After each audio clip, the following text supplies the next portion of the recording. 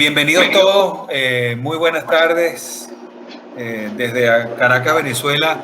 Muy buenos días desde Melbourne. Nos va a decir ahora nuestro profesor invitado para el día de hoy, el profesor Raúl Sánchez Urribarri, un muy querido venezolano, egresado acá de la Universidad Venezolana, que estuvo también en nuestra maestría y que probablemente para mí es uno de los más grandes conocedores, y lo voy a decir con toda seriedad, uno de los más grandes conocedores del common law en el planeta, porque ha pasado por el common law de los Estados Unidos. Óyeme, el common law y además el common law como se vive en el estado de Luisiana, que tiene su manera muy particular de ver las cosas también allá adentro, de haber estado en Inglaterra y ahora en Australia, que es más raro todavía. Pero es decir, si hay algún te falta Sudáfrica y Zimbabue, alguna cosa, y de repente Trinidad. Pero de resto, creo que tienes una de las visiones más completas del common law del planeta. Entonces, eso es envidiable. Y te agradecemos muchísimo esta ocasión de haberte ofrecido para compartir con nosotros este tema de estudios de oportunidades en el extranjero. Te lo agradezco muchísimo porque sé también que te estamos haciendo madrugar, a pesar de que veo que también el sol está saliendo en Maracaibo eh, con esa foto que nos tiene por allí. Y nada, con eso vamos a iniciar nuestra sesión del día de hoy en nuestra masterclass, en nuestra aula Meckel. Y bueno, nuevamente bienvenido, Raúl, a tu maestría. Muchas gracias. La Muchísimas palabra gracias. es tuya. Muchísimas gracias a mi querido y admiradísimo profesor Eugenio Hernández Bretón, de quien y yo estoy seguro que todos podemos comentar que hemos tenido distintas experiencias académicas a lo largo de los años y que puedo decir que solamente uno puede aspirar como estudiante a seguir los pasos del profesor en cuanto no solamente al rigor académico de su enseñanza y de sus trabajos, sino también a la visión ética que acompaña la labor académica. Profesor, pues mis respetos, saludos, y asimismo a la maestría. Y para mí tengo que decir también que es un honor estar compartiendo con ustedes en el contexto del aula Tatiana Bodanovsky de Meckel. La profesora Meckel, y espero que, como dicen aquí en Australia, no pueda contener un poquito la emoción, ¿no? Ustedes saben que los británicos, o por lo menos el espíritu británico que infunde la academia australiana es muy flemático. Entonces uno trata de contener constantemente las emociones. Para los latinoamericanos es un poco difícil, ¿no? De un punto de vista estereotipado es así. Pero bueno, hablando de la profesora Meckel, pues me siento muy, muy emocionado, muy conmovido. Entre otras cosas, porque la profesora Meckel estuvo a la vanguardia de la internacionalización de la academia jurídica venezolana. Para mí, sin duda alguna, si se tuviera que hacer un análisis o un estudio riguroso de la Academia Jurídica Venezolana y de las personas que llevaron a cabo y que además encarnaron el espíritu de lo que es la internacionalización y el engagement, las conexiones con la globalización, la mundialización, la profesora Meckel sinceramente, sería una de las figuras más prominentes del país, sin duda alguna. Y creo que de alguna forma su espíritu y su visión infunde un poco lo que quería compartir con ustedes hoy. Vamos a ver, antes de que hable, ¿cuánto tiempo tengo para poder conversar con ustedes? Y me gustaría que fuera un poco dinámica la sesión también a partir de cierto punto. ¿Cuánto tiempo tengo, Eugenio? Lo ideal sería que tuvieras alrededor de unos 35 minutos de tu exposición, media hora 35, y después abrir a la conversación. Y ahí tenemos bastante rato. O sea, tendríamos más o menos el mismo tiempo de tu exposición para conversar, preguntar, comentar, intercambiar Excelente. impresiones. Muy, muy bueno. Excelente. Bueno, justamente precisamente porque es un aula, es un coloquio, vamos a conversar. Yo así lo planteo, ¿no? Y Y para ello, bueno, la sesión está titulada Oportunidades y estudios en el extranjero, pero en realidad quiero que vean ese título más bien como una invitación a la internacionalización de nuestra, no solamente nuestra labor profesional, sino además nuestra labor académica e intelectual. Desde ese punto de vista, el punto de vista universitario, hay dos formas principales de ver la internacionalización como proceso de conexión con distintas universidades o entes a nivel internacional, pero también desde el punto de vista micro, respecto de fomentar las relaciones que existen entre los distintos miembros de las comunidades académicas a nivel internacional. Eso puede verse desde la perspectiva institucional. Las universidades a nivel mundial, en la medida que iba avanzando la globalización, han ido expandiendo sus iniciativas para abrir sus puertas a estudiantes, proyectos internacionales, publicaciones, colaboraciones, grants, etcétera, etcétera, ¿no? Entonces, bueno, está esa visión institucional del tema, que con mucho gusto podemos conversar también, pero la que me atañe hoy y que quería compartir con ustedes es lo que yo llamo en inglés bottom-up internationalization, o mejor dicho, es un proceso que viene del fondo hacia arriba, ¿no? Y que ya no se refiere tanto a la visión institucional, sino a la visión de nosotros mismos, como actores y agentes de la vida, como agentes y actores de la vida académica, dependiendo del rol que nos corresponda cumplir, ¿no? En el momento que ustedes se inscriben, por ejemplo, en la maestría o que son estudiantes, pues por supuesto pasan a formar parte, o pues todos los que estamos aquí, presumo, somos abogados, ya hemos sido egresados, todos formamos parte de ese mundo académico que gira en torno a las universidades, ¿no? Entonces, claro, si lo vemos desde esa perspectiva, todos podemos formar parte de ese proceso de internacionalización y desde el punto de vista individual, todos podemos tomar decisiones claves, estratégicas, respecto de cómo situarnos en esos procesos y también cómo avanzar nuestros propios intereses, nuestras propias agendas, nuestro propio desarrollo profesional, intelectual, tomando en cuenta de una forma consciente esa internacionalización. Menciono ese background bastante genérico, bastante abstracto, porque pienso que si se reflexiona o se asume esa perspectiva, la posibilidad de enriquecer la vida académica, el espectro de posibilidades es muchísimo más amplio que únicamente el de irse a estudiar en el extranjero. Sobre todo hoy en día, cuando, como ustedes saben, las tecnologías han cambiado muchas cosas, entre otras las capacidades y las posibilidades para poderse desarrollar desde una perspectiva internacionalizada en distintas formas. Vamos a ver, yo me imagino que aquí hay varios estudiantes de la maestría o digamos, abogados que se han graduado en los últimos años y que bueno, que ya cuando estudiaron Derecho, ya en su vida profesional, han estado expuestos al Internet desde el principio. Pues hay otros de los que estamos aquí que recordamos bien cuando el Internet apenas llegó y el cambio que eso implicó. Sobre todo la década de los 90, con posterioridad a la Guerra Fría y todo lo que fue la apertura del proceso de mundialización, de globalización. Hasta esa oportunidad, si tú querías, por ejemplo, estudiar en el extranjero, como bien sabemos en la perspectiva desde el punto de vista de Venezuela, pues al principio, hace años, pues digamos hasta hace apenas 40, 50 años, únicamente los que tenían muchos recursos, muy poquitos, podían ir a estudiar afuera. Y en Derecho, pues eran muy pocos. Posteriormente, sobre todo con el programa de la Fundación Gran Mariscal de Ayacucho, y al mismo tiempo con distintos programas que países, sobre todo en el West, ¿no? O sea, las potencias occidentales empezaron a desarrollar, empezaron a llevar más estudiantes a estudiar en el extranjero.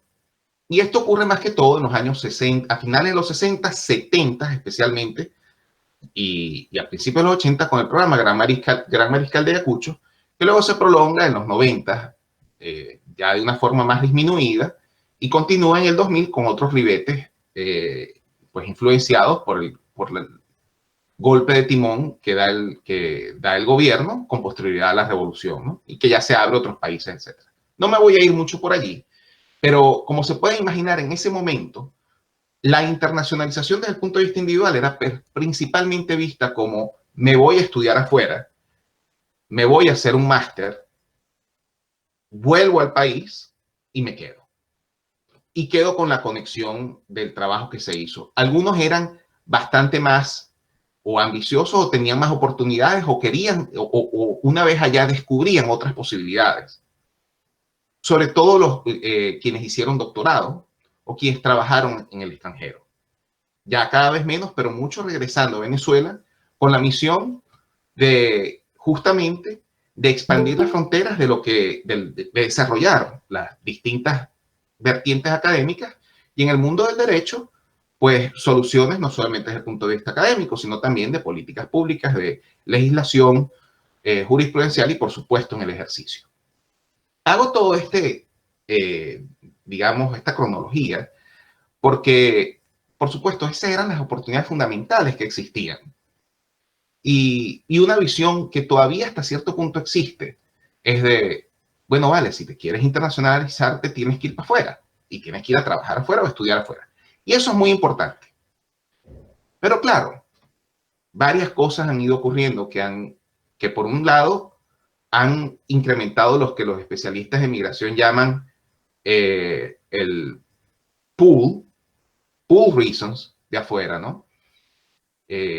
Trabaja, pues por supuesto en el exterior, el trabajo académico, el trabajo profesional en general puede ser mejor pagado, pues las posibilidades profesionales pueden ser más amplias, etcétera. Entonces está ese tema. Pero por otro lado están las razones de push, ¿no? De empuje, que provienen de los problemas que ocurren en nuestro propio país también. Y que de una u otra forma hace que el estudiante y que el abogado joven que procure pensar en otras posibilidades, en otras latitudes, ya desde el momento, inclusive antes de que esté estudiando Derecho. Derecho en particular, hay estas lecciones aplican hasta cierto punto a otras carreras o estos comentarios. Derecho en particular, como saben, es una carrera muy difícil para emigrar. Derecho clásicamente se estudia en función de una determinada jurisdicción. Y ojo, esto no es solamente para los venezolanos, esto es para cualquier, en la inmensa mayoría del mundo, es así. Tú te gradúas y estudias y trabajas en función de una determinada jurisdicción. Entonces eso lo hace todavía más difícil. Pero justamente el argumento que quería compartir con ustedes es que gracias a todas las tecnologías, gracias a cada vez mayor cantidad de abogados, estudiosos, profesionales, académicos venezolanos trabajando afuera, y gracias a la exposición que tienen nuestros estudiantes desde el comienzo de la facultad, gracias a las nuevas maneras en las que se va creando conocimiento. En el pasado, como sabemos, pues sencillamente leíamos un libro que o venía del exterior o se hacía en el país, y ese libro era el libro principal de la cátedra, y eso es lo que estudiabas en la universidad. Ya no es así. Ya hoy en día estás cada vez más expuesto a distintas fuentes y a distintos ejemplos a nivel mundial desde el comienzo de tu carrera. Y no solo eso, los hechos que ocurren en el extranjero pasan a ser parte de nuestra narrativa y debates diarios de una manera que quizás no lo eran antes. Sin entrar en pormenores, una elección en un país vecino, o por lo menos en este caso, como acaba de ocurrir en Estados Unidos, en el pasado era motivo de un comentario breve que tú veías en televisión y hasta allí, por unos minutos y listo. Y sabías del presidente que escogieron, la gente hacía comentarios y 2 o 3 días antes ya está.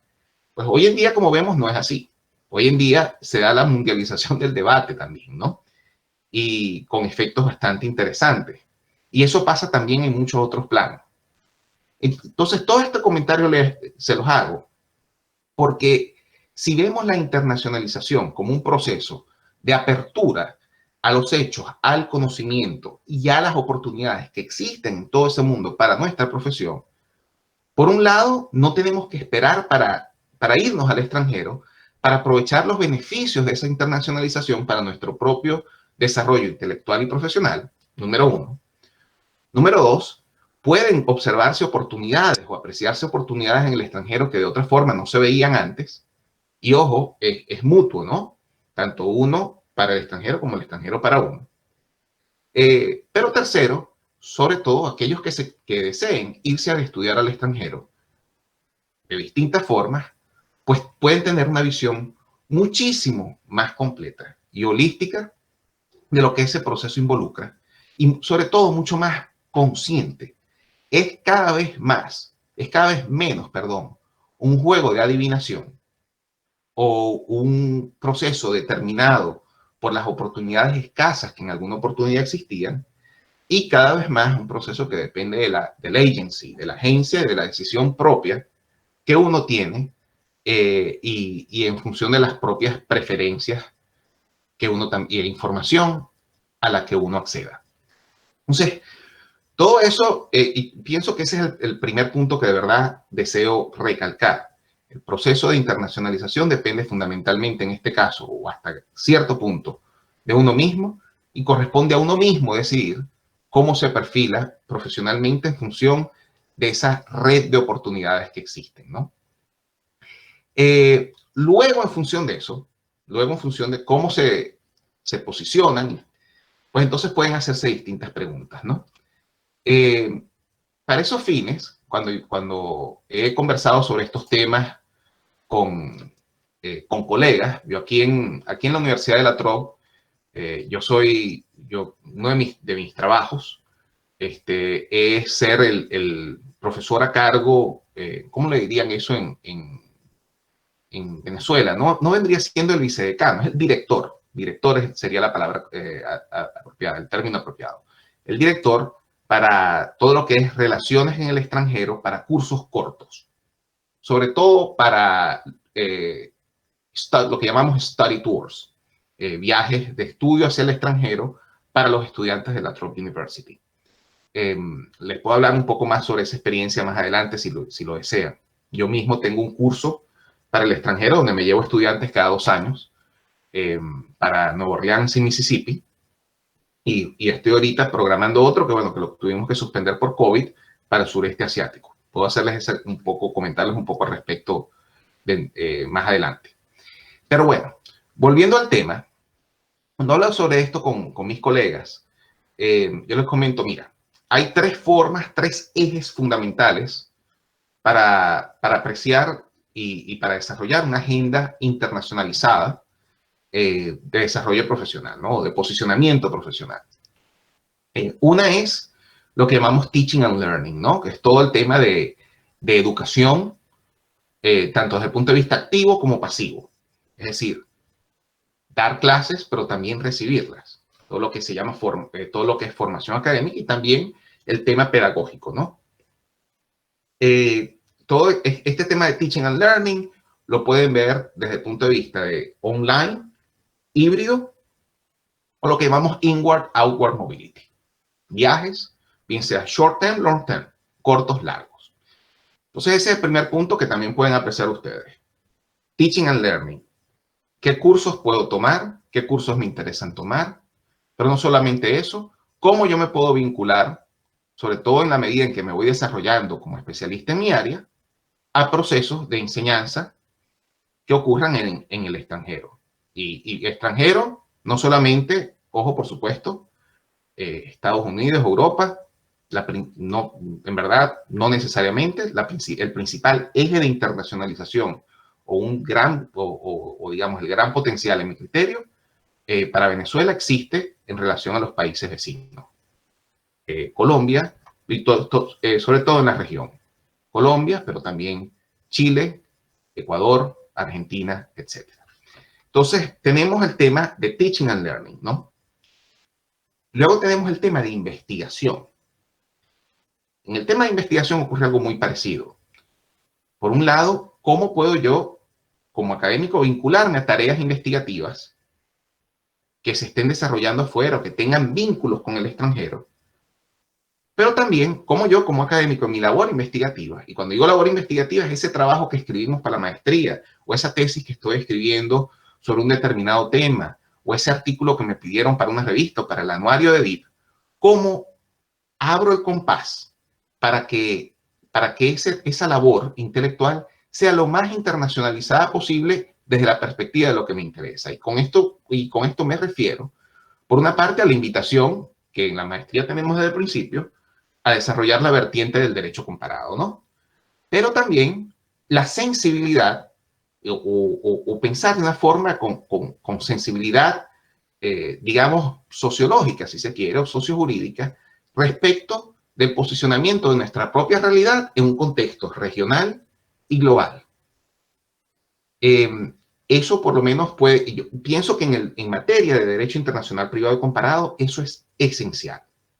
Y eso tiene como consecuencia que cuando se hace investigación, se hace no solamente en función de nuestro propio país, sino tratando de pensar qué tipo de conocimiento puedo desarrollar que se vincule a estos debates que existen más allá del país y que son debates que nos vinculan como comunidad académica a todos. Una de las preguntas que yo por lo menos tengo muchas veces, que me formulan muchas veces cuando por ejemplo, conozco colegas australianos o gente aquí en Australia que me pregunta, mira, ¿y tú en qué trabajas? Y yo, no, yo soy profesor universitario. ¿En qué área? No, clases de Derecho y Sociedad. Dicen, Derecho y Sociedad, pero ¿de dónde eres tú, no? Yo, no, yo originalmente soy venezolano, ¿y cómo das clase de Derecho aquí, no? O sea, ya va, ¿conoces el derecho australiano? No, yo no soy abogado australiano. Pero como sabemos, la base social de los debates del derecho y las instituciones tienen, por supuesto, como sabemos en derecho comparado, una raíz común que permite comparaciones a lo largo de distintos sistemas y realidades. Entonces, volviendo al tema de la investigación, justamente yo los invito a que ese punto también pueda ser desarrollado. Es decir, en el momento en que desarrollo un artículo, en que escribo algo, en que estudio un tema, me abro a ese mundo de investigación que existe afuera y que me permite no solamente aprender sobre ese tema afuera, sino también reflexionar sobre mi propia realidad, en este caso la realidad venezolana, y colocarlo en un contexto regional y global. Y podemos conversar un poco más de eso también, si lo desean, en el follow-up, ¿no? En las preguntas. Otro punto crucial en ese tema de las capacidades investigativas, etcétera, es el tema de irse vinculando, o si lo desean, como en los procesos de investigación que atañen a nuestro país o a jurisdicciones parecidas, si se quiere, que desarrollan equipos de investigación en el exterior. Esto pareciera un poco más complicado, pero les explico. De la forma en que está constituido, que se crea o que se desarrolla conocimiento desde una perspectiva comparada, sobre todo en las ciencias políticas, sociales,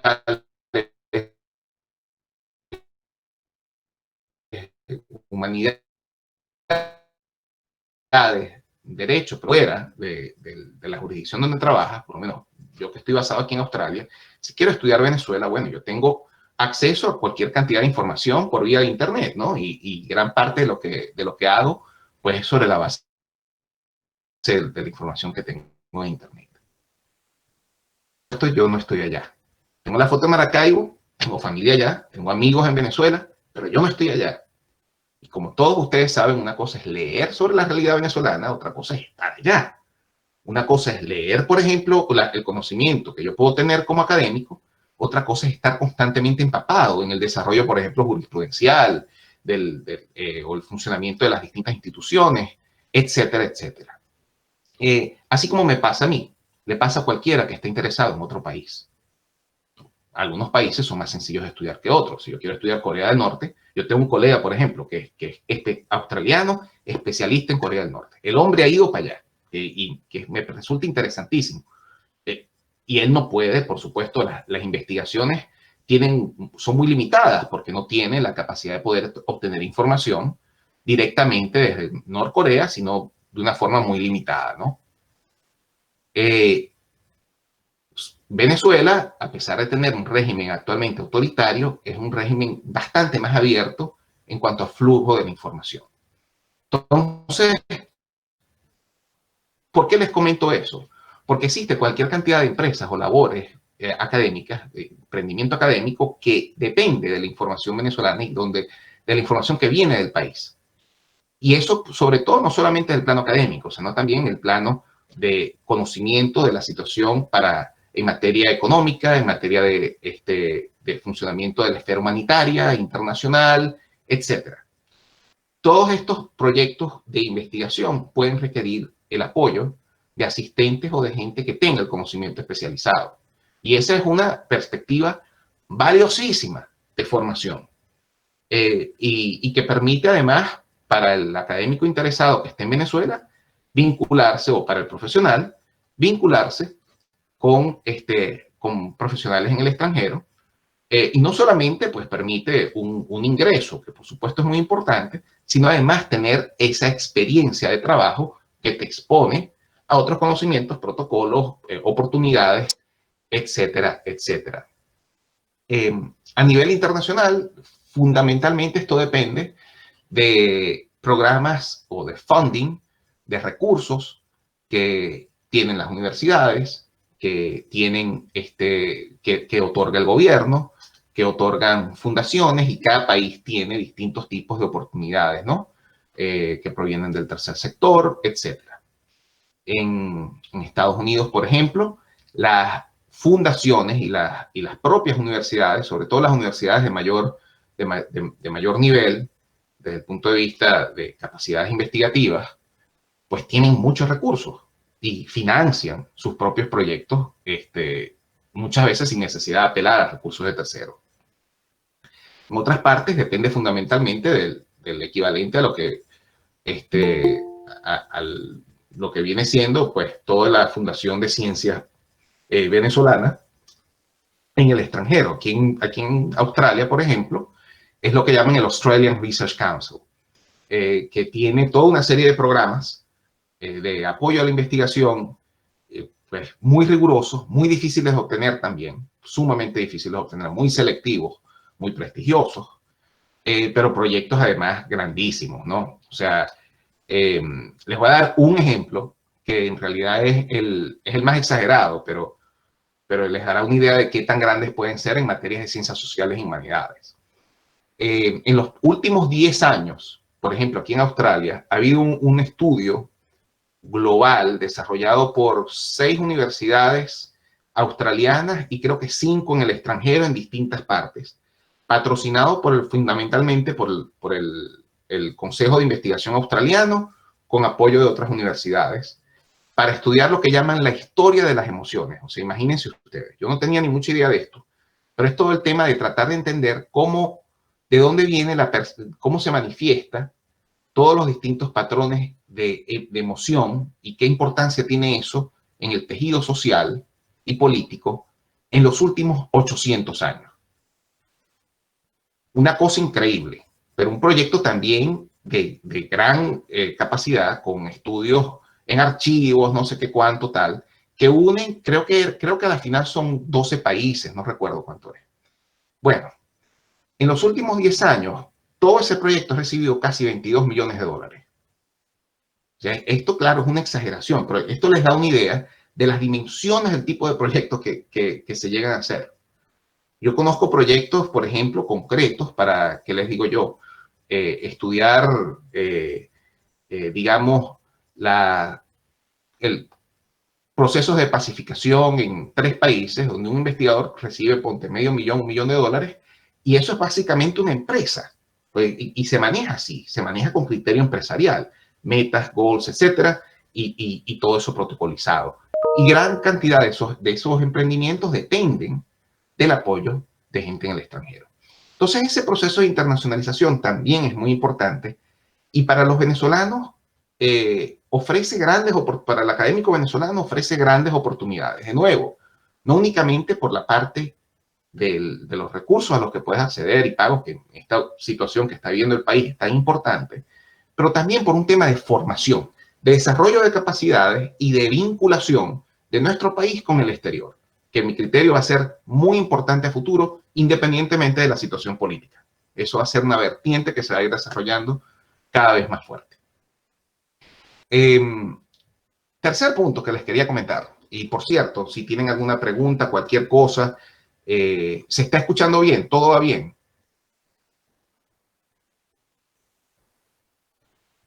El silencio, vamos a ver. Todo bien, chévere, perfecto. Ustedes saben que eso es el rollo de dar clases o tutorías, como decimos por aquí, por online, ¿no? Que uno tiene que estar, epa, todo bien. Perfecto. Bueno, entonces, Teaching and Learning, Research. Antes de que se me olvide, cuanto a la investigación hay un punto bien importante también para nuestros académicos, tiempo parcial o completo, que yo sé que cada vez son menos dado lo que está pasando, pero también para para los que tienen interés en la academia, que están dedicados a labores profesionales a tiempo completo, que es por supuesto publicar la publicación, que por un lado en nuestro país hay grandes oportunidades para publicar en materia jurídica, a pesar de todo lo que ha ocurrido. En estos días leía un artículo del profesor Carlos García Soto, muy bueno, salió en Pro Da Vinci, si mal no recuerdo, donde analizaba reportaba que en Venezuela justamente el número de publicaciones en los últimos 20 años ha crecido. Y no solamente el número, sino también pues la calidad de la labor investigativa en materia jurídica en Venezuela es muy buena y refleja varias de las tendencias que estamos comentando aquí, ¿no? Especialización, vinculación con el extranjero, etc. Pero también la posibilidad de publicar en el extranjero, tanto en español como en otros idiomas, si existe esa posibilidad. Pero en español, por supuesto, otros países tienen gran interés en el tema venezolano o existe interés por varios de los temas en los que ustedes pueden estar interesados. Sobre todo en materia de derecho internacional privado y comparado, en Venezuela, gracias a la labor que se ha ido haciendo ya por varias décadas y en los que la maestría ha tenido un rol crucial, fundamental, existe, por supuesto, capacidades de poder contribuir a debates más allá de nuestras fronteras y con una perspectiva teórica, ¿no?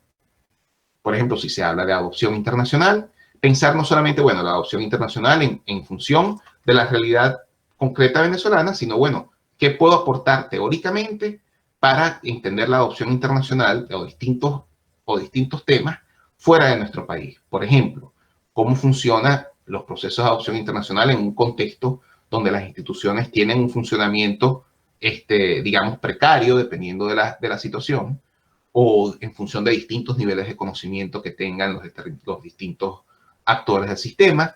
Y todo eso permite entonces vincularse con otras realidades y presentar o discutir el tema que nos interesa de una forma que puede ser publicable en otros países. Y varios países de la región, por ejemplo, podemos España, pero también Colombia, Chile, México, tienen revistas especializadas de altísimo nivel. Ojo, hoy en día en toda la región puedes encontrar buenas revistas especializadas, buenas publicaciones, pero hay países en donde hay una gran tradición muy fuerte de publicación, y pudiera decir que básicamente, bueno, el que más se ha desarrollado en los últimos años, quizás, bueno, está Brasil, definitivamente Chile, Colombia, y luego pues revistas en México, Argentina y otros países, pues de gran valía. Y como sabemos, en varios de esos países tenemos amigos de la maestría, tenemos gente, profesores, que pueden guiarnos en esa tarea, si deseamos publicar en el extranjero. Entonces, volvamos entonces a nuestro framework original. Teaching and Learning, investigación. Y finalmente, el tema de engagement. Engagement se refiere básicamente a lo que estamos haciendo aquí, a desarrollar conexiones y a verlo como un punto, como un eje fundamental, más allá del plano instrumental que se desee. Entender la dimensión relacional de nuestra labor académica como un valor en sí mismo, como un valor que enriquece nuestra visión académica, nos genera nuevas ideas, posibilidades, etcétera, y enriquece nuestra visión del mundo y sobre todo enriquece nuestra perspectiva ética. más allá más allá del plano o de la respectiva jurisdicción en la que trabajemos, ¿no? Desde el punto de vista institucional para las universidades, eso lo desarrollan a través de lo que llaman partnerships, ¿no?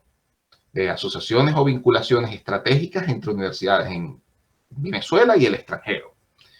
Les puedo comentar que esa es una tendencia que a nivel mundial es cada vez más fuerte. Por ejemplo, en mi universidad, la Trobe University, uno de los puntos cruciales del plan quinquenal de desarrollo más reciente es justamente desarrollar relaciones institucionales plenas con, creo que son 5 o 6 universidades que ellos han seleccionado previamente en distintos países en función de sus prioridades estratégicas. Para los venezolanos, pues, nosotros quizás vemos la situación actual y vemos que eso quizás sea un poco complicado, pero si ustedes se dan cuenta, universidades, por ejemplo, como la Universidad Católica Andrés Bello, tienen un departamento de relaciones internacionales que justamente se dedica a ello. Desde el punto de vista individual, de nuevo, bottom-up, cómo uno puede posicionarse en ese proceso de engagement, pues, entre otras cosas, hacer lo que estamos haciendo aquí. Hoy en día, gracias al Internet, pues nos permite participar en foros, conferencias, congresos, oportunidades, muchas de ellas gratis, sin necesidad de movernos o de desplazarnos para el exterior. En el engagement es crucial el tema del conocimiento, o de estar expuesto a entender cuáles son esas posibilidades. El que quiere puede, pero al mismo tiempo está el tema de cómo conseguir esa información. Hoy en día, pues, todas las instituciones tienen, sobre todo no solamente en lo que son los países desarrollados, sino también cada vez más los países de lo que llaman el Global South, el sur global, y sobre todo países que están en vías de crecimiento en los últimos años. Chile lo hemos mencionado, hay otros ejemplos. Tienen websites que son muy completos, actualizados y que reportan constantemente varias de esas oportunidades. Pero también están, por ejemplo, los listservs, las asociaciones. Cada uno en el mundo académico, como saben, es un mundo hiper especializado. Y existen cualquier cantidad de asociaciones y grupos que tienen actividades constantemente. Y muchas de esas actividades, pues, se ofrecen para su participación gratuita, ¿no? Y que perfectamente pueden participar, una vez más, sin necesidad de gastar y que enriquecen su vida académica. Pero no solamente desde el punto de vista pasivo, ojo. Es buenísimo, por ejemplo, conectarse a una conferencia que den, que le digo yo, un profesor de Derecho Internacional Privado en Francia, o Colombia o Sudáfrica. Pero el mejor engagement es cuando efectivamente puedes vincularte con gente que está en esos países y conversar los temas. Allí, en ese sentido, yo siento que todavía, desde el punto de vista de internationalization, hay mucho por hacer.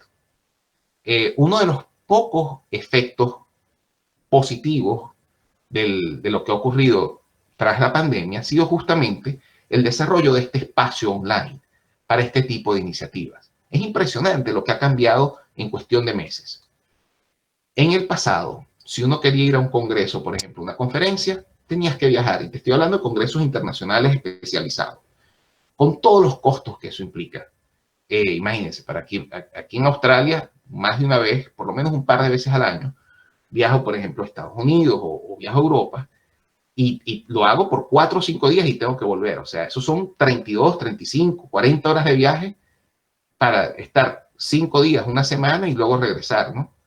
Por supuesto, uno regresa sinceramente, pues, destruido por 1 o 2 semanas, porque es muy difícil la logística, ¿no? Hoy en día, muchas de esas actividades las puedes hacer aquí online, sin necesidad de viajar. Eso yo creo que es un cambio crucial y que puede ayudar en gran medida a académicos que que no vivan, por ejemplo, en países en donde normalmente existan esas oportunidades. Y que cada vez va a haber justamente más espacios gratuitos. Yo les puedo comentarles, para los fines, por ejemplo, de información, yo estoy siempre a la orden, por supuesto, dependiendo de los intereses que tengan, de pensar o ayudarlos a encontrar ese tipo de oportunidades. En definitiva, recapitulando, porque creo que ya he estado hablando por un poquito más de media hora, ¿no? Teaching and Learning, investigación y engagement. En función de eso, definir también cuál es el perfil de internacionalización propio. Para los que puedan irse al extranjero a trabajar, estudiar, etcétera, pues excelente. Podemos conversar un poco sobre eso también en la medida de sus propios intereses. Con muchísimo gusto les puedo hablar de mi propia experiencia. Como comentó el profesor Hernández Bretón, es verdad que yo he estado dando, como decimos en Maracaibo, el timbo al tambo, ¿no? O sea, como decimos allá, agarraste el bus de Maracaibo a Bachaquero y paraste en Cabimas, Ciudad Ojeda y Lagunillas, ¿no? O sea, he dado todas esas vueltas. Pero cada una de esas coyunturas ha implicado una evaluación de oportunidades, riesgos, de obtención de algunos beneficios y de pérdidas también, ¿no? Como ocurre en cualquier mudanza. Estoy completamente a la orden para hablar un poco sobre eso, ¿no? Sobre el desarrollo profesional y académico desde el punto de vista de estudios. Pero sí quería en esta charla no dedicarme únicamente a eso. ¿Por qué? Porque como yo le comento a mis estudiantes, y aquí ya les hablo de mi experiencia como coordinador de estudios de study tours y otras oportunidades en el extranjero, estudiar afuera es costoso. Salir de país es costoso y no solamente, ojo, pues la situación venezolana lo ha hecho cada vez mucho más difícil, pero lo es también en otras partes, ¿no? Para mis estudiantes aquí en Australia, irse al extranjero es bastante costoso. Y yo les digo, miren, no dejen que esa sea la única forma de internacionalizar su perspectiva. Tienen todas estas herramientas a disposición que puede perfectamente internacionalizar su visión, carrera, etcétera, sin necesidad de dejar, en este caso, pues el territorio australiano, pues en efecto, en el caso de Venezuela, pues Venezuela, ¿no? Van a haber cada vez más oportunidades para eso. Les puedo comentar que este año el cambio más importante que ha ocurrido en materia de internacionalización ha sido el desarrollo, en temas de teaching and learning, ha sido el desarrollo de lo que llaman los intercambios virtuales o el virtual exchange y el desarrollo de cursos que involucran, que es deslocalizado, ¿no? En que ocurren online y en donde conectas distintos grupos a nivel internacional. Yo creo que siempre he pensado que ese es el futuro. Y a mí no me cabe duda que en la medida en que vayan avanzando nuestras capacidades tecnológicas, cada vez eso será más realidad. Y a mí no me extrañaría en lo más mínimo que de aquí a una generación, las aulas virtuales internacionales como esta en la que estamos conversando, pues sea sencillamente la forma pues estándar de aprender y de desarrollar una labor educativa. Voy a detenerme aquí porque ya veo que he hablado bastante y quedo entonces a la espera de comentarios, de preguntas y, como les digo, estoy completamente a sus órdenes. Muchísimas gracias por la oportunidad. Muchas gracias, profesor.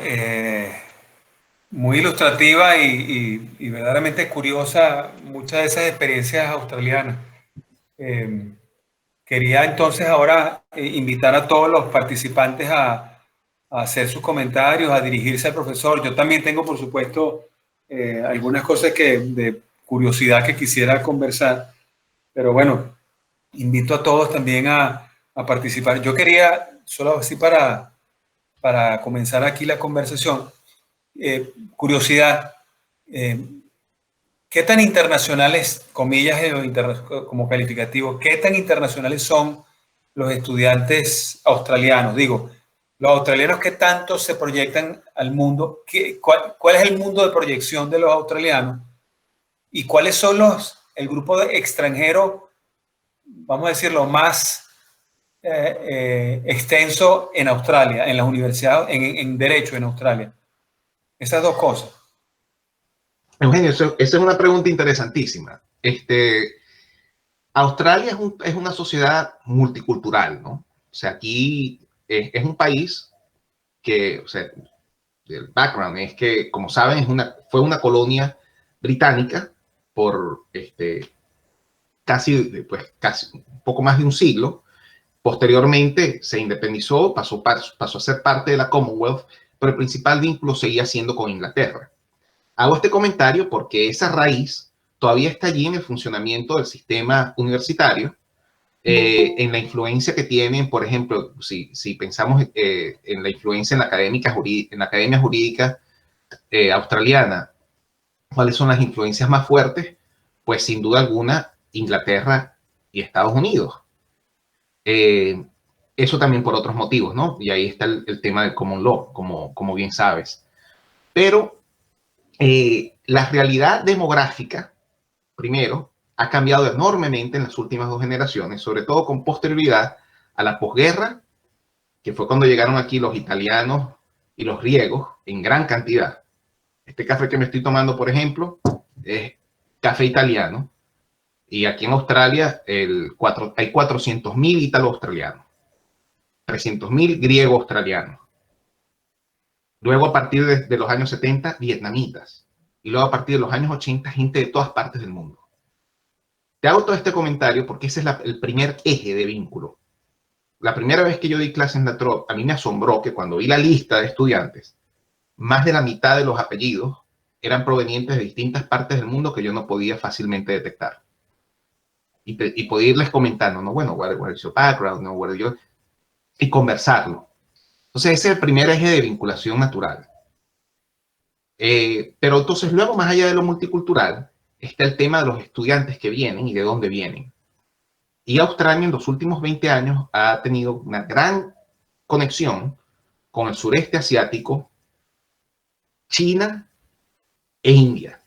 Y te estoy hablando de cientos de miles de estudiantes y de profesionales que han venido a lo largo de los últimos años. Y ese es un eje que cada vez más, desde el punto de vista de vinculación, va convirtiéndose en el más importante desde el punto de vista académico y va desplazando las conexiones con Occidente que existían tradicionalmente, ¿no? Sobre todo con Inglaterra y Estados Unidos. Todavía existe un poco el mismatch. Entonces, tengo colegas que cuando van a hacer un sabático, por ejemplo, piensan primero, me voy a Inglaterra en lugar de irme a Hong Kong, ¿no? Por ponerte un caso. Pero eso va cambiando también. Y van cambiando las prioridades de formación y lo que el propio gobierno ve como deseable. Y es una demostración, ojo, también de cómo va cambiando el mundo. En Australia estamos expuestos, desde el punto de vista económico, social, político, a lo que ha sido la explosión económica y política de Asia como eje de desarrollo a nivel mundial. Ya he viajado a China, Hong Kong, Singapur, Filipinas, por distintos motivos académicos, y es impresionante ver el nivel del desarrollo que está ocurriendo, sobre todo, por ejemplo, en las universidades chinas y del sureste asiático, ¿no? Que cada vez van creciendo más en los rankings, pero también van expandiendo sus capacidades a una velocidad pasmosa.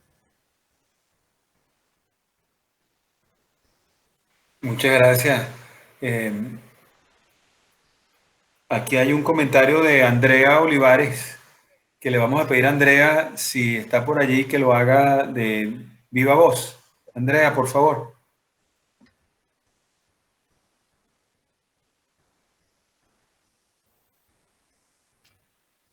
Vamos a ver si... Andrea, ¿cómo estás? Saludos.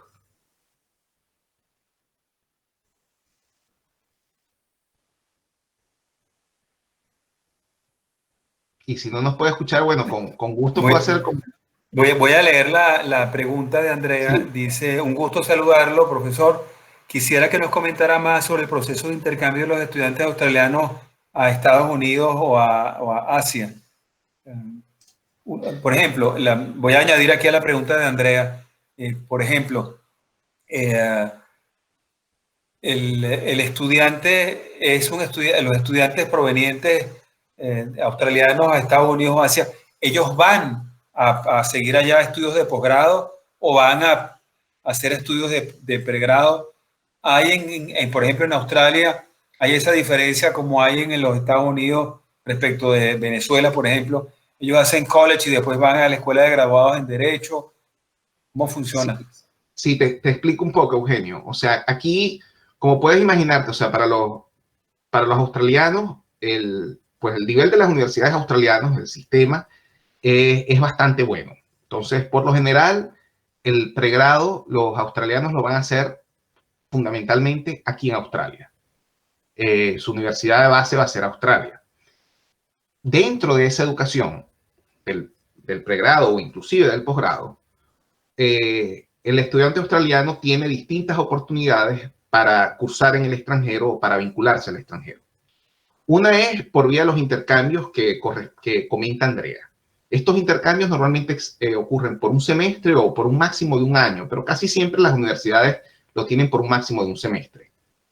Y casi siempre ocurre en función de universidades con las que la institución en cuestión australiana tenga un memorándum de entendimiento o partnership. Entonces, cada universidad tiene sus partners. En el caso de la TROP tiene partners en la región latinoamericana, no tiene partners en Venezuela todavía, es en varios países selectos, pero tiene partners en Asia, tiene unos poquitos en África, pero sobre todo en Estados Unidos y Europa, ¿no? Un poco esa herencia de lo que estamos comentando, Eugenio, ¿no? De cuáles son las universidades que históricamente tenían vínculos con la TROP. Entonces, lo que termina ocurriendo es que si tú te quieres ir un semestre fuera como estudiante, tú postulas para irte al exterior y gracias a ese intercambio, si te vas a esa universidad no tienes que pagar los fees de aquella universidad. Tú pagas fees como si fueras estudiante local. Para los estudiantes australianos eso es magnífico, porque el sistema universitario australiano tiene un sistema de apoyo muy generoso al estudiante de pregrado, sobre todo al estudiante de pregrado local, es decir, al australiano o que es residente permanente australiano. Entonces, bueno, tú pagas y ese semestre te vas, por ejemplo, hiciste intercambio en la universidad ¿qué te digo yo?, de Copenhague y te fuiste a Dinamarca.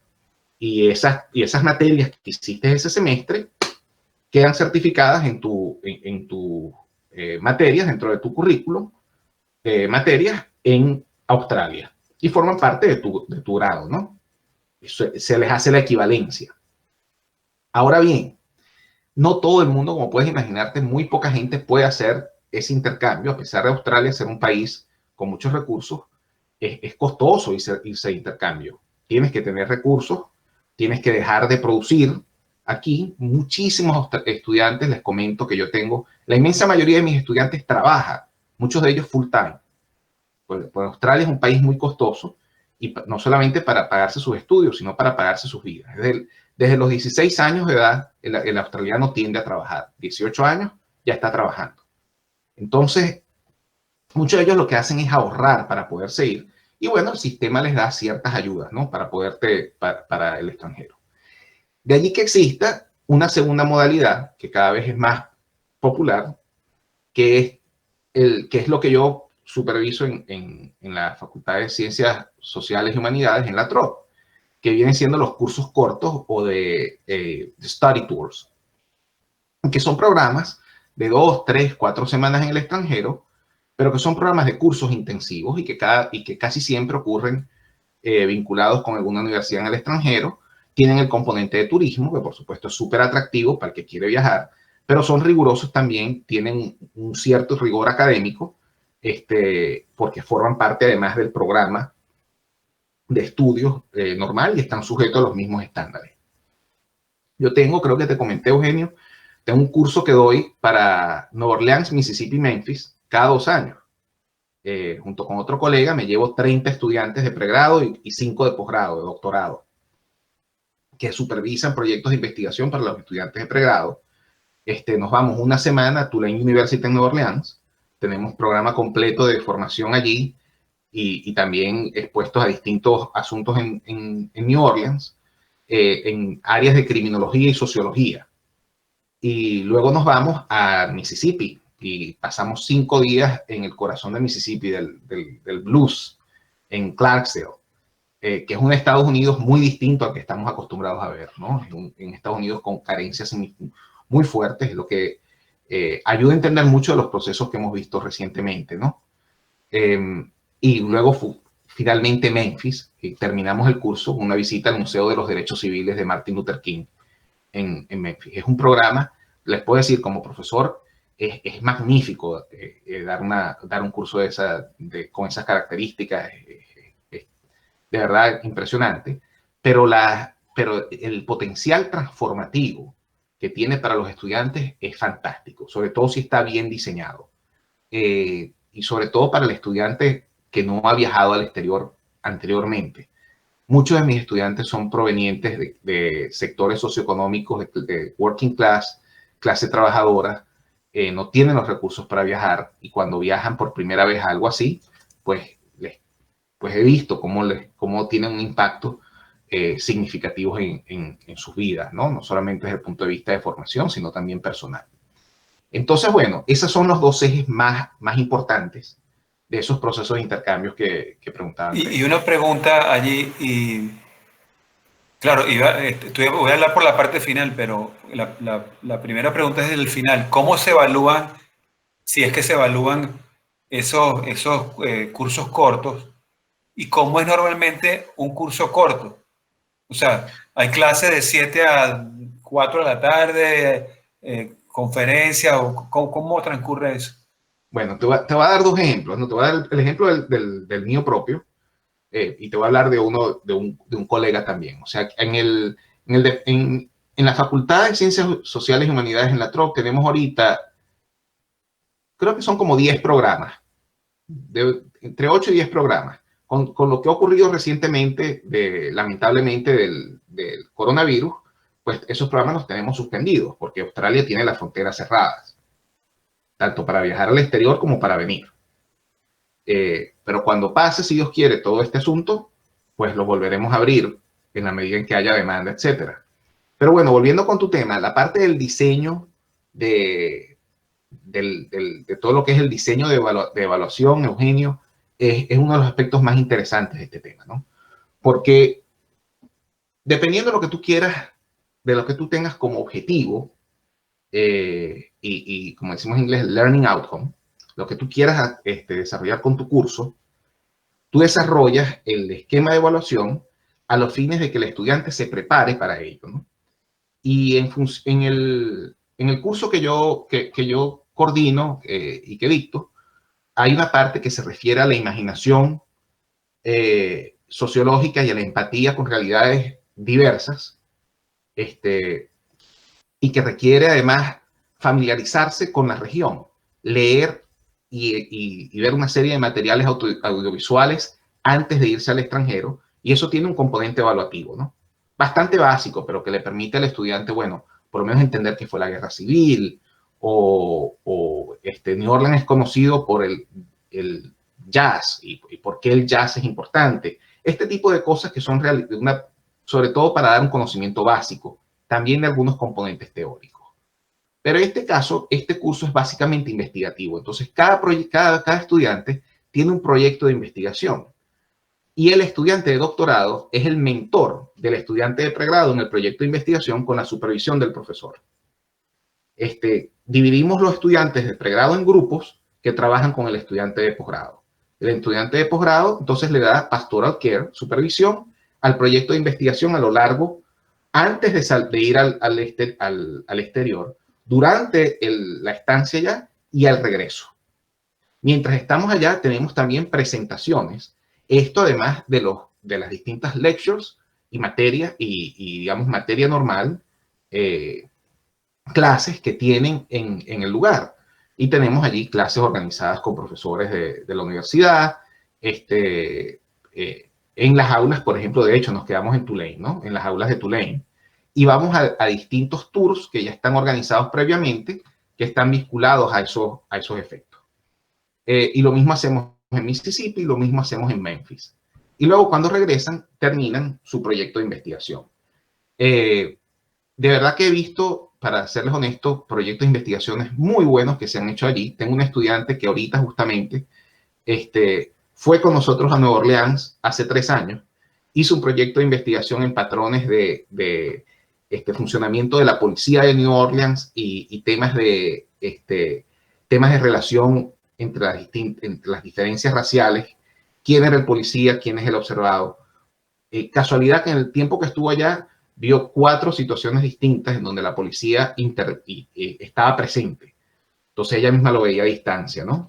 Y tomaba notas.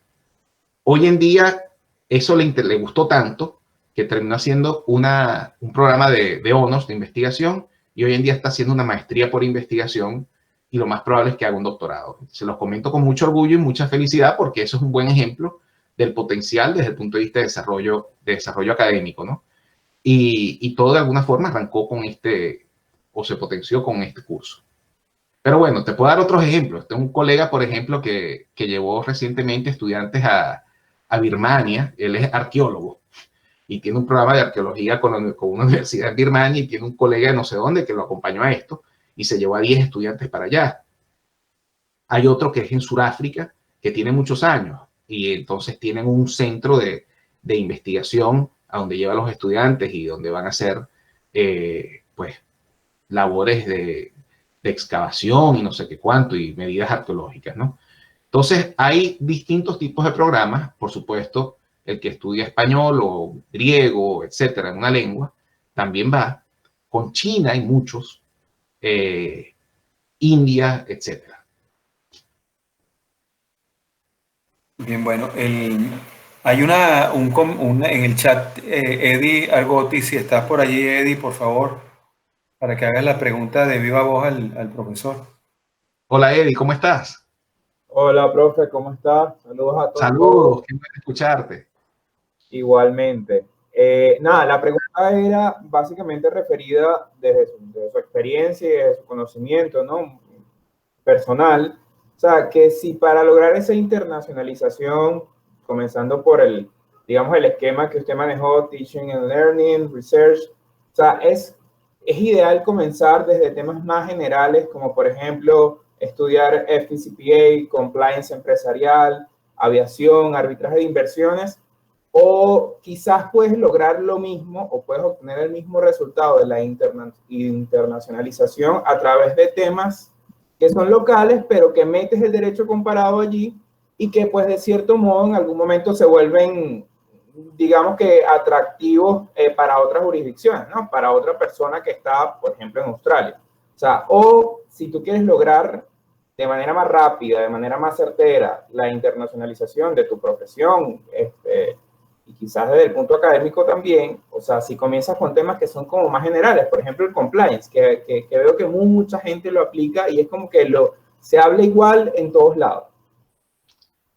Completamente, Eddie, acabas de hacer el resumen básico de esas 2 tipos de estrategias y te puedo decir que ambas son viables, ¿no?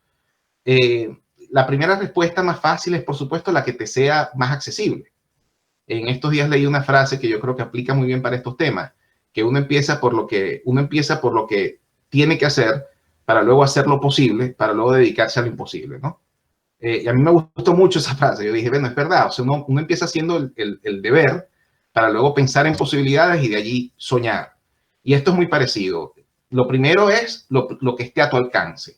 Si tú ya trabajas en una determinada área que esté expuesta a una perspectiva internacionalizada, ponte que trabajes en aviación o ponte el tema de las sanciones, que es muy interesante y que ha sido, pues, lamentablemente cada vez más importante para nuestro país, pues ese es un eje de conocimiento súper valioso, porque, pues, cada vez más países están sujetos a distintos tipos de sanciones. Es una herramienta que cada vez es más utilizada por distintos países a nivel internacional y no es solamente Venezuela, ¿no? Es otros países también. Entonces eso genera un know-how bastante importante. Eso es un buen ejemplo de un área internacionalizada. El arbitraje de inversiones es otra, evidentemente, y en donde además Venezuela ha tenido una experiencia enorme, ¿no? Y la sigue teniendo. Pero luego, como dices, como tú comentas, si es un tema completamente local, pues también lo puedes internacionalizar. También puedes verlo desde una perspectiva internacionalizada, y dependiendo de cómo lo desarrolles, pues puedes no solamente incluir conocimientos de afuera, que es esa visión pasiva, sino ser un partícipe activo de la generación de conocimiento para el exterior. Bien sea, pues todo empieza justamente por ver cómo tus propios conocimientos los puedes situar para esas audiencias, pero incluso hasta el punto de si pues tienes el deseo y si se puede, llegar a la publicación o a la exposición de tus trabajos para audiencias internacionales o que estén en Venezuela, que tengan un origen internacional, ¿no? Así que sí, yo creo que ambas rutas son perfectamente viables y mi primer criterio es lo que esté al alcance. Pues lo que esté al alcance es bueno. Ya eso, permite exponerse a procesos de internacionalización. Una pregunta, más o menos también por ese lado. Cuando un estudiante extranjero va a una universidad australiana en Derecho o Ciencias Políticas, Ciencias Sociales en general, ¿qué es lo que más busca? O sea, ¿qué es lo que le interesa de conseguir en Australia, en las universidades australianas? Mira, ahí tienes de todo, ¿no? Y pasa como cuando nuestros estudiantes se van al exterior. Hay todo tipo de intereses, el interés personal, profesional, en fin. Pero yo lo que veo, por supuesto, si son estudiantes, por ejemplo, de China, India, Asia, hay distintos motivos. Está para el estudiante chino y de India y del sureste asiático de determinado nivel, las universidades australianas tienen mucho prestigio. Pues vivir en Australia por un tiempo es considerado un destino atractivo. Y Australia pues también ofrece la posibilidad de migración, que es muy importante. Entonces para muchos de ellos es la oportunidad de poder emigrar también, poder estar aquí un tiempo. Y ya existe una industria completa, pues muy compleja y amplia, que facilita que vengan, etcétera, ¿no? Y muchos de ellos, pues por supuesto, vienen a Australia, viven todos esos elementos también de turismo australiano y luego regresan a su país. Otros pues se quedan a vivir aquí por más tiempo o terminan quedándose a vivir definitivamente. El que viene, por ejemplo, de otros países, como el que viene de Europa, el que viene de Estados Unidos, por ejemplo, por exchange, casi siempre viene atraído no solamente por el carácter exótico del destino australiano, ¿no? O sea, estás yendo a la tierra de los canguros. Es una cosa que para mucha gente le resulta interesante. Estás en un continente completo, que es distinto, y entonces eso les llama la atención. El más especializado, bueno, hay áreas de conocimiento en Australia que están muy desarrolladas a nivel internacional, sobre todo para el estudiante doctoral que viene a hacer investigación o el que viene a hacer maestría, donde Australia tiene muy buena reputación. Y en el mundo del derecho hay varias áreas donde eso es así. Te pongo un ejemplo. En constitucionalismo comparado, el Centro de Estudios de Constitucionalismo Comparado de la Universidad de Melbourne y el de la Universidad de New South Wales son de los mejores del mundo en cuanto a generación de conocimiento, etc. Y tienen cualquier cantidad de estudiantes que vienen por maestría. Esa es la otra, ¿no? Los programas de maestría de derecho son bastante grandes, son muy buenos, de muy buen nivel, y bueno, te cuesta inclusive menos que ir a estudiar a Estados Unidos o a Inglaterra, a una universidad de nivel similar, y te permiten trabajar al mismo tiempo. Entonces muchos estudiantes lo ven como una posibilidad de que, bueno, si no tengo todos los recursos, accedo a una muy buena universidad y trabajo al mismo tiempo para poder vivir, ¿no? O sea, en cualquier labor que le permita sobrevivir. Esa combinación yo creo que hace también de Australia un destino atractivo. Pero como puedes ver, son distintos motivos, ¿no? La verdad que es bien interesante. ¿Y qué tan interesante es para los australianos América Latina? Para los australianos América Latina ha cambiado. Antes era visto como un destino, por un lado, muy lejano culturalmente, y también riesgoso. La percepción es una zona de riesgo, es una zona donde, como sabemos, hay niveles altos de delincuencia, donde hay tráfico de drogas, todos estos estereotipos que además muchas veces son perpetuados también por distintos vías, ¿no? y que muchos tienen parte de verdad, como bien sabemos. Pero ha cambiado mucho en los últimos 20 años y cada vez hay más interés, pues esto por lo que me comentan colegas y yo mismo lo he visto en estos 10 años. Cada vez hay más interés en América Latina y se abren más a ir y tenemos más oportunidades para que los estudiantes vayan y viajen y se formen, o que se vayan. Por ejemplo, el australiano es muy curioso a los fines de viajar. Creo que es uno de los países en el mundo, o por lo menos en Occidente, con mayor porcentaje de ciudadanos con pasaporte. Ustedes saben que en Estados Unidos creo que nada más el 25% o 20% de los americanos, de los estadounidenses, tienen pasaporte vigente. O sea, es más o menos esas son las estadísticas, supuestamente.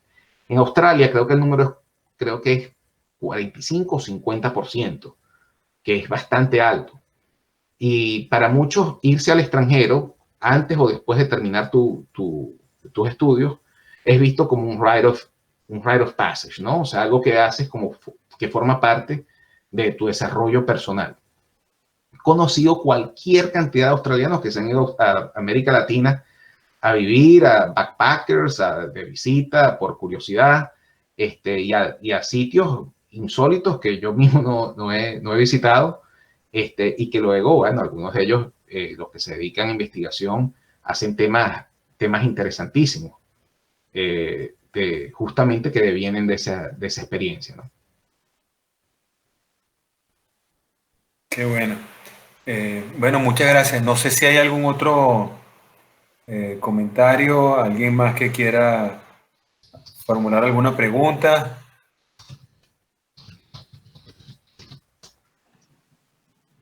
A los fines, por ejemplo, cualquiera de estas preguntas, aquí les estoy enviando mi correo electrónico también. María Alejandra, ibas a decir algo. Hola, profesor, ¿cómo está? Un placer, ¿cómo estás? ¿Cómo te va? Muy bien, gracias. Tengo dos preguntas, una que es curiosidad y otra como que un poco más académica. La primera es, desde su perspectiva, ¿qué tan internacionales somos los estudiantes venezolanos? Pero apartando el tema de tema Venezuela y la migración, ¿no? O sea, ¿qué tan internacionales somos? ¿Y cree que deberíamos aumentar esa internacionalización? ¿Y qué tan bien recibidos son los venezolanos en el ámbito académico? Esa es la primera. Y la segunda, bueno, eran varias en una. Esa pregunta está buenísima, pero ajá. Dale. Ok, y la segunda es respecto a la investigación de derecho comparado que usted habló, bueno, en su exposición. Si bien si nosotros queremos estudiar un ordenamiento jurídico de afuera o de otro país, si bien nosotros tenemos evidentemente recursos limitados, tanto por internet como recursos humanos, porque al momento de tú acceder a alguna persona que te pueda ayudar, pues su perspectiva es igual de limitada. ¿Cómo lograr una perspectiva lo suficientemente amplia de otro país estando fuera de ese país? No sé si me expliqué. No, creo que te explicas bastante bien y es una pregunta crucial, ¿no? Sobre todo si uno quiere hacer las cosas bien. Sí. No con chapucería, sino haciendo las cosas bien. Completamente de acuerdo.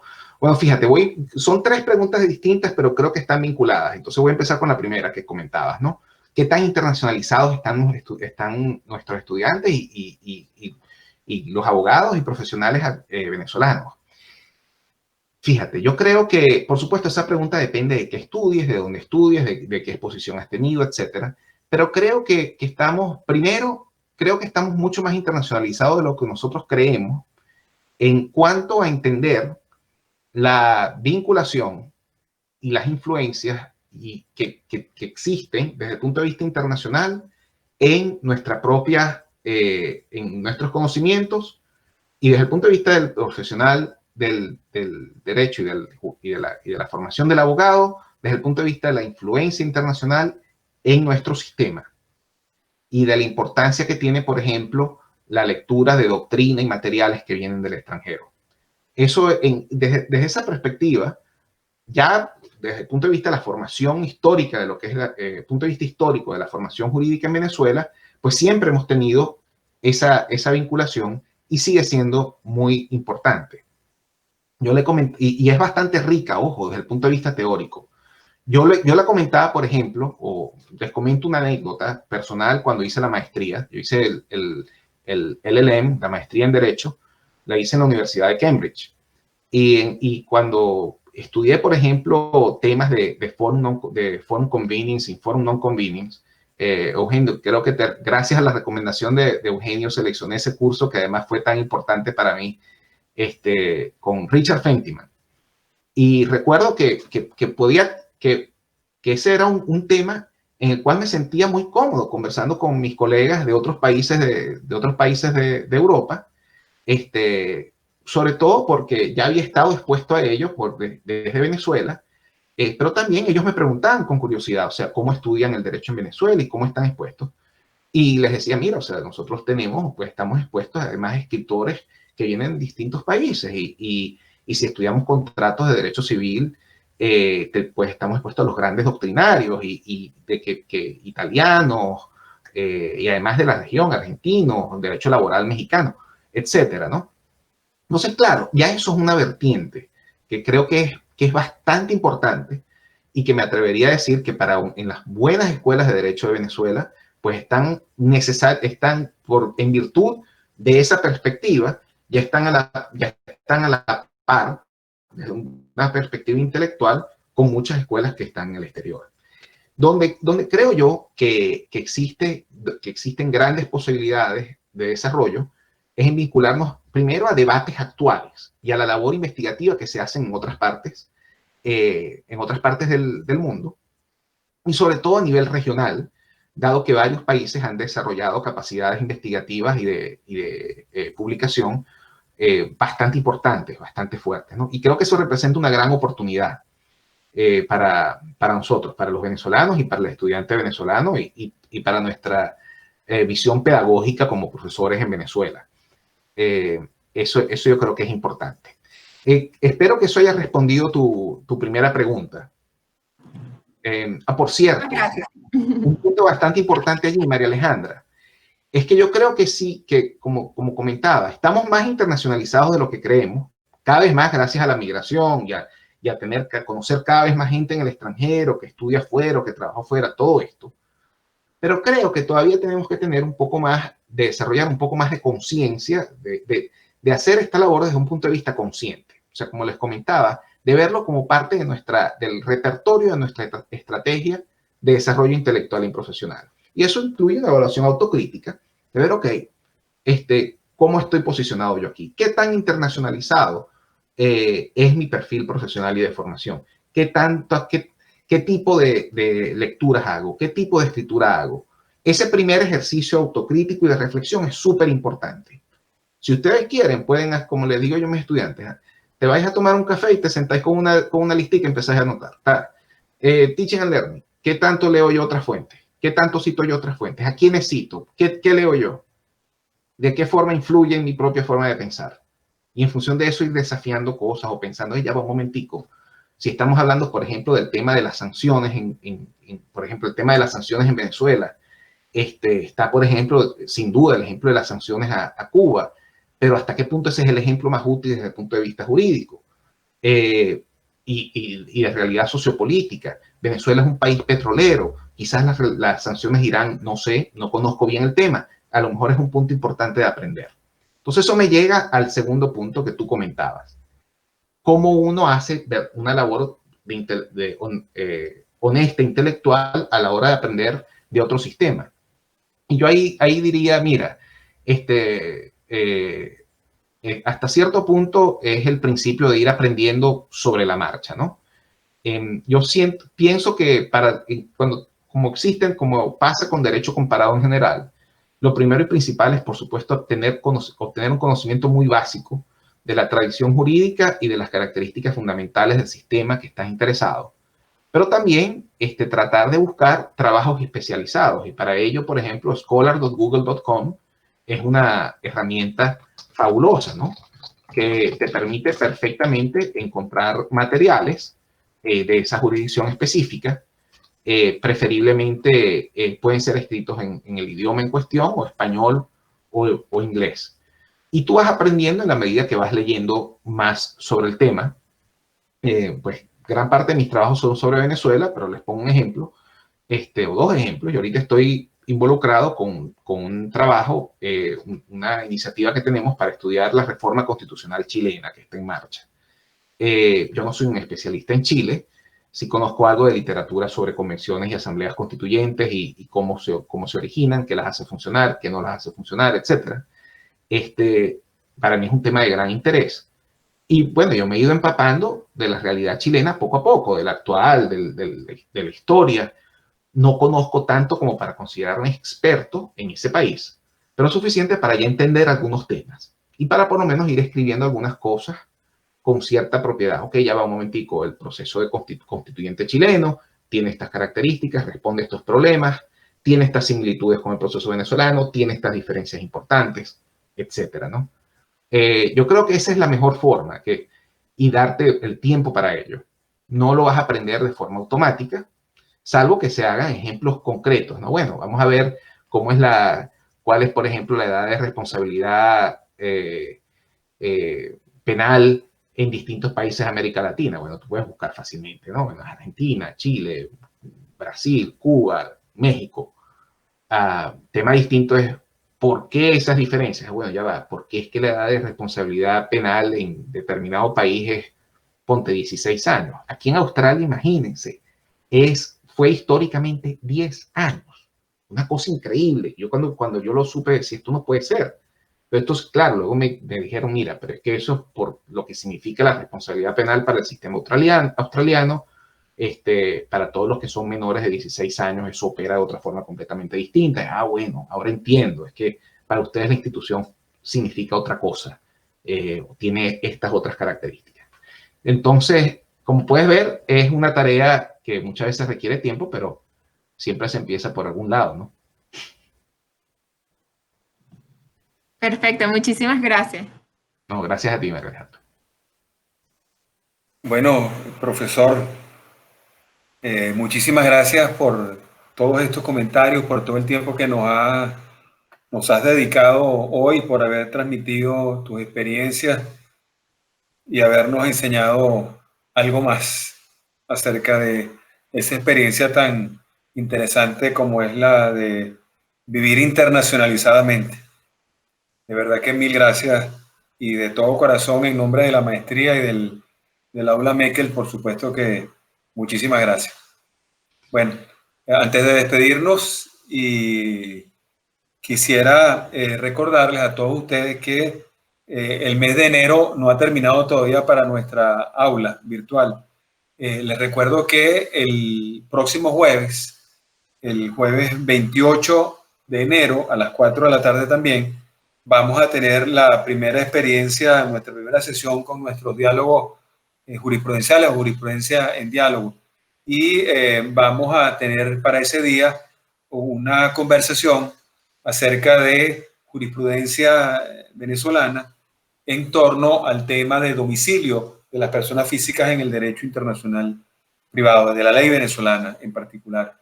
Entonces ese día vamos a ensayar otra modalidad que la vamos a hacer el último jueves de cada mes, comenzando el jueves próximo, el jueves 28. Entonces los esperamos para el día jueves 28 a las 4 de la tarde con otro formato, con otra modalidad, y esperamos que sea también del interés de todos ustedes, así como han sido todas estas sesiones que hemos ido desarrollando hasta la fecha, los primeros y los terceros jueves de cada mes. Otra vez, muchísimas gracias, Raúl, un gran abrazo y bueno, buen fin de semana también. A pesar del lockdown, nosotros también, a pesar de la cuarentena, seguimos teniendo de vez en cuando algún fin de semana que nos da alguna alegría. Bueno, no, muchísimas gracias a ti, Eugenio, muchísimas gracias a todos. Quiero además, primero y principal, bueno, felicitarlos por esta iniciativa. De verdad que es magnífica. El aula Meckel acoge a una gran familia. Es una familia a la cual de verdad me honro en pertenecer y a la cual me honra enormemente contribuir. Y como saben, ahí les coloqué el correo electrónico. cualquier contacto, cualquier pregunta que tengan, pues estoy completamente a la orden. De igual modo, los invito, aquellos que estén interesados, les comentaba sobre el proyecto de Chile. Justamente por casualidad, vamos a ver, hoy es 22 aquí, es 21 allá, sí, es 22 mañana. Mañana tenemos justamente, mañana a la hora de ustedes, mañana viernes, tenemos un evento sobre Chile, sobre la reforma constitucional chilena, que es la segunda parte del proyecto que iniciamos hace 2 meses. Ese es un proyecto muy bueno, se van a presentar exposiciones que luego van a hacerse en trabajos, que van a ser publicados en el Journal, en la revista especializada de Estado de Derecho de La Haya, el Hague Journal of Rule of Law. Es un buen ejemplo de un proyecto internacionalizado. Hay una experta colombiana que va a hablar sobre Colombia, sobre la experiencia de la constituyente colombiana en relación a Chile, 2 expertos chilenos con distintas visiones sobre el proceso, un experto internacional holandés y uno americano, ¿no? Y yo voy a estar moderando. Los que estén interesados, pues con muchísimo gusto les doy los datos, pues pueden escribirme a mi correo electrónico y con muchísimo gusto los pongo en contacto con él. Es patrocinado por la Sociedad Internacional de Derecho Público. Excelente. Mil gracias otra vez. Y bueno, con eso despedimos el día de hoy. Muchas gracias nuevamente. Saludos a todos y los esperamos entonces el próximo jueves 28 de enero a las 4 de la tarde con nuestros temas de jurisprudenciales en diálogo. Hasta luego a todos y otra vez un abrazo, Raúl. Gracias. Chao, gente. Fuerte abrazo. Hasta luego.